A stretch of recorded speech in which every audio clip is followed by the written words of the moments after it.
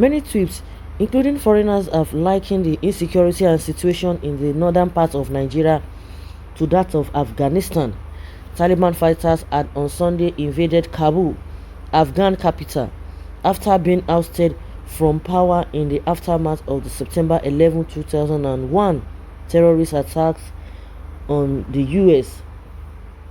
The insurgents' movement besieged the outskirts of Kabul, firing shots sporadically while citizens and foreigners were seen escaping the city. In 2001, the US-led forces removed the Taliban from power, but the group has returned, taking over the central government. Given the insurgent treatment of women historically, there have been fears for their safety under the Taliban's new regime. Under the Taliban, women and girls were denied a whole range of human rights, including the rights to education, health, free movement, and political and social participation. Amnesty International said in a November 2020 report. It added that since the Taliban regime ended in 2003, important strides have been made on women's rights, with 3.3 million girls now in education. It added that the strides could be eroded with the shifts in power in the country, as Afghan women have become lawyers, doctors, judges, teachers, engineers, athletes, activists, politicians, journalists, bureaucrats, business owners, police officers, and members of the military. Most Nigerians on Twitter have expressed fear that what happened in the Asian country might happen in northern Nigeria if the government refuses to act fast. They claim that Taliban's ideology is already pervading and permeating deep into the region, adding that weapons seized by the group may soon find their way to northern Nigeria. Northern Nigeria has also been the epicenter of an insurgency war between military forces and Boko Haram and ISWAP terrorists. Also, despite condemnations from Nigerians, the Hizbah group, also known as Islamic Police, has continued its push for the Islamic agenda in the north. The agency, established to enforce Sharia law in some states in the region, recently banned stylish haircuts, sagging of trousers, playing of music at social events by disc jockeys, and tricycle riders from adorning their vehicles with pictures considered to be obscene and against the tenets of Islam. In Kano, they have asked that only headless mannequins must be used to advertise clothing. The Islamic Police also want the headless mannequins covered at all times because to show the shape of the breast, the shape of the bottom, is contrary to the teaching of Sharia, which is Islamic law. A barber and his customers were also arrested recently for giving and having haircuts that were considered by Hizbah as offensive to Islam. They are also notorious for destroying truckloads of alcoholic drinks. In March, Hizbah operatives arrested two men said to have sent pornographic materials to a married woman. The suspects were traced and arrested after the woman complained to the board. Taliban ideology is already pervading and permeating deep into Nigeria's northern fringes.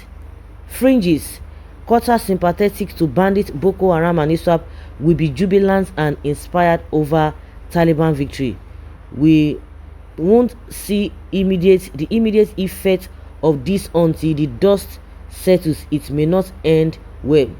To my friends in Nigeria, I've visited your beautiful country several times. What is happening in northern Nigeria is so sad, alarming. It is like Afghanistan.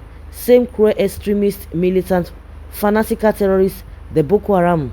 I stand with you and hope you prevail. Okay, everything mentioned in and this thread, Nigeria, they have the Masdra school and many more. Northern Nigeria is a time bomb. Taliban immediately reminding us what will happen to northern Nigeria if they continue sympathizing with Islamic terrorists and spreading of extremism. All I know, I'm very sure, is that their madness will end in the north, because we in the east will surely resist them. As the world's attention is focused on Afghanistan and what may happen to girls' education, children are still being abducted at an astonishing rate from schools in northern Nigeria. More than 1,100 kidnapped people from their schools since December. What is happening in Afghanistan is what the majority of our citizens want. Why Taliban took power without a single bullet being dispensed. So it's northern Nigeria. The people desire extremist Islam and Sharia jurisprudence. Afghanistan is the distant cousin to northern Nigeria. Anyone who believes that the Taliban takeover of Afghanistan will have no impact on politics in northern Nigeria is either extremely naive or in denial. Can imagine. Well, each and every society has their own cultural heritage. Some of the society, they're taking action against immoral behavior, but some society, they don't care about. You can do whatever you desire without getting some interrogation, which means that to asking you in which course you do. But if you go back to that article of faith, both of two religions that we have in this country, no one that supporting immorality or immodesty, both of the two religions, they already forbidden. So I don't know why some people try to deny saying according to their articles of faith. I don't know what this one is trying to let us know. Martin Amdekan already predicted it, and it surely come to pass. Southern Nigeria should keep on yapping on Afghanistan till Afghanistan has interest in Nigeria. Afghanistan is deadly. They are weaponized and they are not afraid of dying, and they are 100 times stronger than Boko Haram. If 3,000 well-trained United States soldiers cannot fight only 700 Taliban for many years, trust me, no African country will stop these people from executing their assignments. Nigeria should stop plopping themselves on issues that does not concern them. They should mind their so-called national issues. No other country's issues. Nigeria is not Afghanistan, and anybody that wants Afghanistan should travel and go there. These are some of the countries who favor making Sharia law the country law. Looking at Niger, there you can see that without southern Nigerians, Arewa is Afghanistan already. Can we now agree that Sahara Reporters is the most unserious news page on Nigeria? Why? Because of a who's losing confidence? Cows, common balls.